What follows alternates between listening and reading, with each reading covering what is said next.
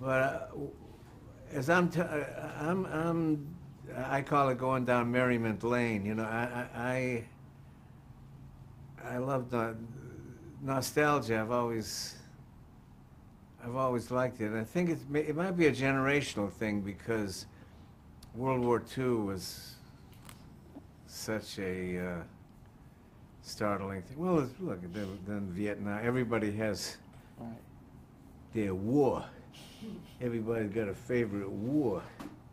Thank God for Mr. Bush. He's giving us a good one All right, no politics. next time. Yeah. We were talking about Jose the astronaut, Neil Jose- Simon, Yeah. and the Gary Moore Show. On the Gary Moore Show, it was I know Carol Burnett was there, and I forget some of the names of the other characters, but it's Gary Moore on his show that Jose the astronaut happened, and it was at a suggestion of Doc Simon, Neil Simon. And the process was, in the writers' meeting, has Jose ever been an astronaut? No. And then we started spitballing jokes. We took our notes, we went back, we wrote our stuff. And we did it on the show. I don't know, do you have a copy of that, of the Gary Moore Show? No. I'd love to see that. Because then I had a gig. I think it was the first time I worked alone, and it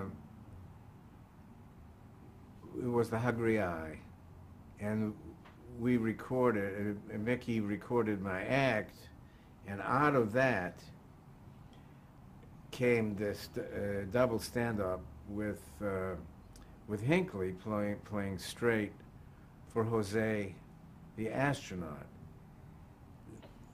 The Mercury astronauts were at Langley Field at that time, and Mickey Cap sent them a test pressing. That was 33 and a Thursday. And at they started playing that for the astronauts, and I didn't realize at the time, but then Al Shepard, that became his code name was Jose. So that was, and you couldn't get away from Jose that specific cut. In fact, they even changed the name of the album from Yeah, Jose the Hungry Eye right to Jose the Astronaut. Yeah, that's exactly right. Yeah, they changed it from a beautiful cover to a beautiful not selling cover to an ugly sell. It was never.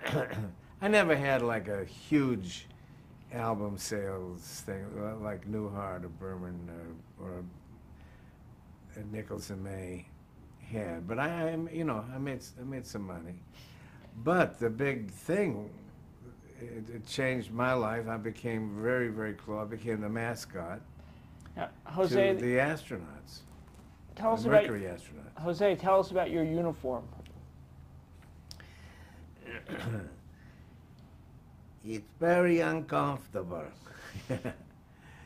Yeah, was that the line? It's very. How much did it cost? That uniform. Oh, I'm going up on that line. $18,000. That cost $18,000. That's very expensive. Oh, got two pair of pants. Jose, is that a crash helmet? Yeah, I've got that picture of Ed Sullivan. As a matter of fact, they have this cut at the Smithsonian where I'm holding it, and he says, "Is that a crash helmet?" I said, "Oh, I hope not." That became when Scott Carpenter was making re-entry in his Mercury flight, and these little like fireflies started, and they said, you don't think you're on fire?" And he said, "Oh, I hope not." And so Jose just permeated the Project Mercury.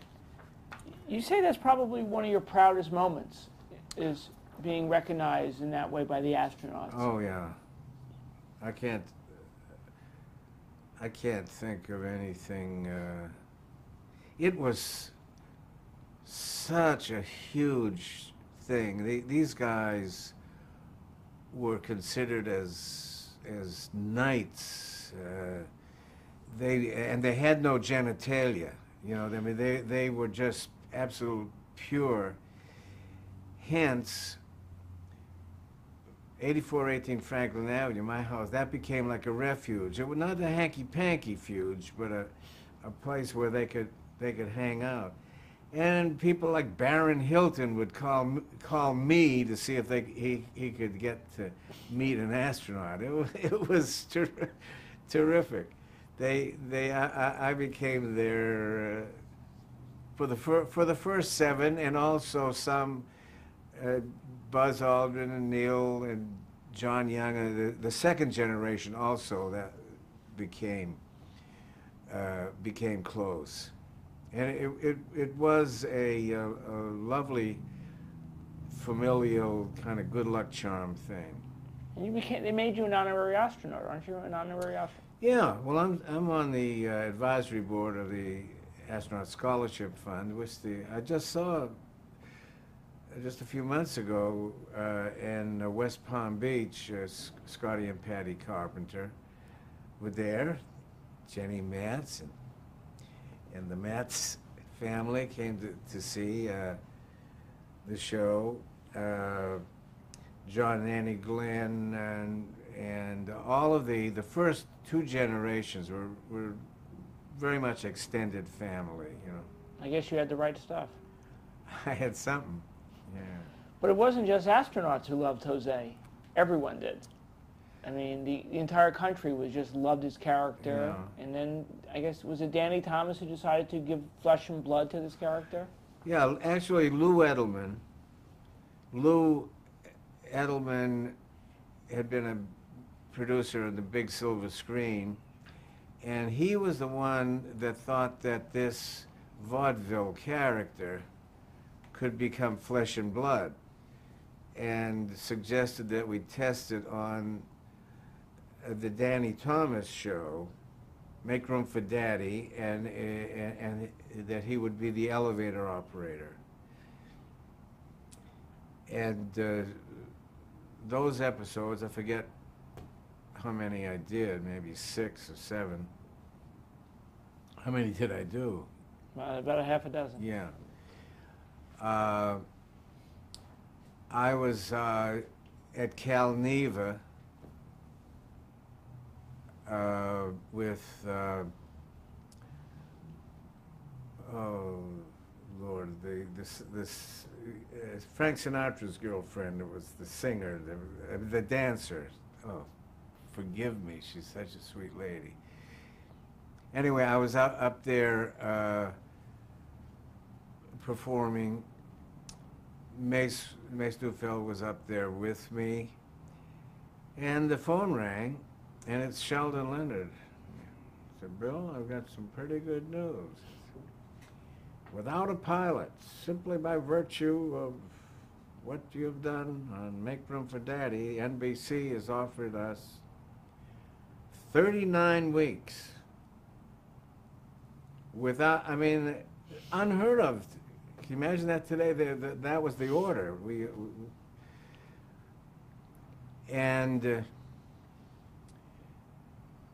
We took Jose from being an elevator operator. We made him into a bellman, and I used the name Park Central Hotel because Gene Wood and I used to work out at the Park Central in New York City. And it was a wonderful experience. Great cast. Let's go through the cast. Yeah. First, Jonathan Harris. Jonathan Harris, the quintessential general manager of a hotel. He was sort of the latter-day Franklin Pangborn, sort of a prissy, elegant, and a perfect foil, I mean, for Don, for Jose. And then later on I brought in Don Adams. And then your fellow bellman was Gary Crosby. Gary, first season was Gary. And Gary was, he was having a lot of personal problems. And I loved Gary, and I thought we had a good buddy relationship. But two camps formed, and the stronger one decided to get, it was everybody thinks the star of the show is in charge, you know better. At that particular time, I guess if you become a major hit, then you can be. And then we'll get to Gary's replacement in a second. Then there was Maggie Peterson. Maggie Peterson was Susie. Hello, Susie. Yeah, she was terrific. She was. Well, Jose never had any romantic, but she was Jose's pal that worked in the coffee shop in the hotel. So Gary leaves after the first season. Was it your idea to pick up the phone and? Yeah. Oh, sure. And who did you call? Don Adams. Right. Yeah, Don to be Byron Glick, the hotel detective. Yeah. No, I never ever had a desire to be a star, and I remember how shocked Don was. I used to pick him up driving to work, and I was designing this show that Don Adams would take over. That would become the main character after a while, and Mason Sherwin resisted me a little bit, but they also managed Don, and so it was a way to use a lot of the stuff we had written, because because Jose had the Walter Mitty potential. I mean, he could do a fantasy, so you could do a variety sketch in the middle of a situation comedy. Now you, even though you had written for Don and known him a long time, this was the first time you were really working together as a comedy team. Talk about the chemistry between you two working together. It was wonderful. Oh yeah, we had great. It was never any. There was on that whole set. No one ever went into business for themselves. And we had, God was our director, Sheldon Leonard, Danny Thomas. I mean, what other cachet could you? How stronger? And our first assistant was Jay Sandrich. Sheldon was directing, and here's a guy learning how to be a director. It's the same studio. Then it was called Desilu Cahuenga. I think is it now Renmar? Right. Yeah. And when I did the Golden Girls, I did a few Uncle Angelos and the Golden Girls. I said, hey, my name used to be in the garbage cans here. What about the people behind the scenes? Let's talk about some of the writers. Gary Belson and Gary Marshall, they wrote Yeah, they were writing as a team then. I remember they wrote Jose on a Ledge, which is one of my favorite episodes. The writing system pretty much, I think it goes show to show. For example, on Golden Girls, nobody changes anything. Those pages come down, you do what's on the page. If there's a correction, then they'll make it. I was from a totally different discipline. I wouldn't even remember the names, but there were some writers who didn't have an original paragraph left. And I remember my reps getting on me, say, well, how come you're rewriting this total show? Why aren't you putting your name on it? And I only put my name on, I think, two Bill Danish out of 42, because that, you know, That's the way it was. That's the way it was. I figure the Bill Danish show. That's enough. But I regret a lot of that was stupid generosity. So was your job in the rewriting then, or did you come up with story ideas as well? Well, not only, yeah, story ideas, but a lot of stuff would happen in rehearsal. There were many scripts that I looked at and I said, yeah, well, this didn't work when Joey Bishop did it. Why do you think it would? You know, there was a lot of those shenanigans. But we had, of course, Jack Ellison and Chuck Stewart were absolutely brilliant. And that form, you know, Desi Arnaz had brought the 3-camera idea. We worked with 3 Mitchell cameras, a great 35 millimeter. That's why our prints are so good. Because we shot that in front of a live audience, except once when President Kennedy was murdered. We did a show without an audience. Otherwise, we always had an audience. Do you have any favorite episodes? Oh yeah, yeah. Most of them were when Don Adams as Byron Glick and Bill Dana as Jose Jimenez were Laurel and Hardy, the Halt Leading the Blind, and the total idolatry that Jose had of this dunderhead. You know, he just looked up. Well, Jose, you know, Mr. Glick, you know, he just adored this guy, and they were always getting into pranks. I remember about giving blood. I think it was one of the classes. Yeah, blood from 2 turnips. It was called. Yeah, the tradition of that show, the casting, was very much movie comedy of the 30s. I mean, they're larger than life. As we were saying before, Franklin Pangborn, and the, you know, Laurel and Hardy relationship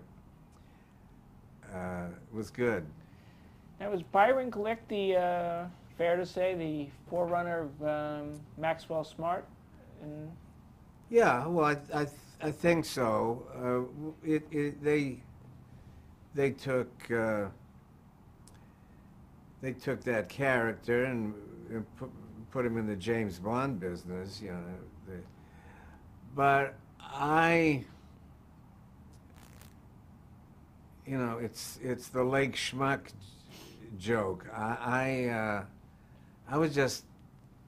was brokenhearted that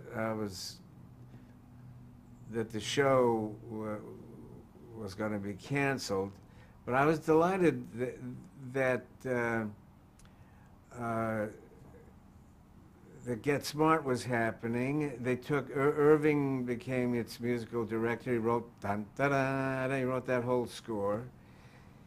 My brother Al was stand-in and did bit parts.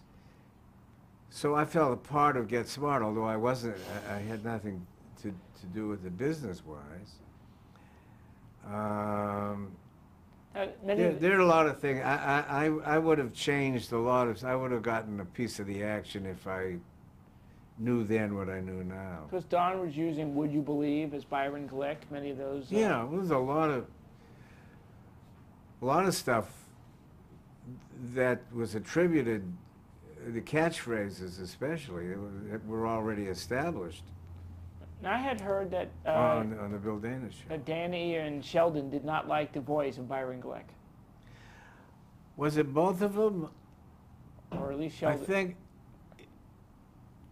It wasn't both of them, but I don't know whether it was Danny or whether it was Sheldon. I think it was Sheldon because I remember Sheldon saying, "Why does he have to talk like that?" Sheldon was just the most intelligent, gifted, to juxtapose this gangster sound he had among the many faceted manifestations. He always used all these triple cylinder words. What a wonderful man. And they created situation comedy along with Desi and Lucy. So why did the Bill Dana show get canceled? Is it? Well, the primary reason was Cowboys. We made room for a Western show. And then soon after that, this whole overkill of political correctness started. Man, that was the tragedy of my life. That was, in retrospect, so unfair, you know, because I don't think the Latinos ever had other than Cantinflas, and I say this, you have to believe me if I say I'm saying it objectively, but Jose was so loved and so unlike. I remember they were bouncing Jose Jimenez and then in Cheech and Chong, total stereotype. Funny and terrific guys, but this was your real unkind caricature of a Mexican. And Jose was nothing at all like that. But the show was not canceled because of a letter writing campaign. No. It was mainly due to No, it was Cowboys and Indians. Yeah, Procter and Gamble. Those sponsors go where they're going to get the numbers, and the numbers had 4 legs and a cowboy sitting on top. We're going to go back words for a second. Between the Steve Allen show and the Bill Dana show, you also did the Steve and Edie summer show. Yeah. What was your role in that show? I was, that was my, I think it was Nicky Vanoff's first producership, my first head writership. And one of the things about that is that we hired the first Canadian, Frank Peppian. We pulled that plug. And it just became a flood of talent out of Toronto. It was a brand new show in a brand new studio, a Brooklyn NBC. It was the first show at Brooklyn NBC studios. What was the format? Was it just singing and sketching? Yeah, it was sort of the summer version. It was their version of Steve Allen. Comedy variety, sketches, songs, dancing. And then you also worked on the Spike Jones show. Talk about this comedic. Well, genius. Spike Jones show was my first producership. And Spike wanted me, he knew that I was available. The Steve Allen show had been canceled. And it was a summer replacement show, and he wanted to go straight. He wanted to get away from the honk, honk, beep, beep, pop, pop, yeah, in the Fuhrer's face. He wanted to do fun satire. He literally said, you know, like you do it for Steve. So there were just the two of us. I was executive producer, head writer. Then I had Don Hinckley, and performer. I did Jose. All of that for $750. That was my fee. The whole show, above and below the line, was $18,500 at CBS Television City at Fairfax and Beverly. Talk about the Spike. What kind of a creative person was he to the show? Remarkable gentleman. And Helen Greco. Helen is still, thank God, still alive and well. Have you talked to Spike Jones Jr.? Not have you yet. interviewed him yet? Well, Spike had, he was an icon, obviously, to my generation with In the Führer's Face and all those.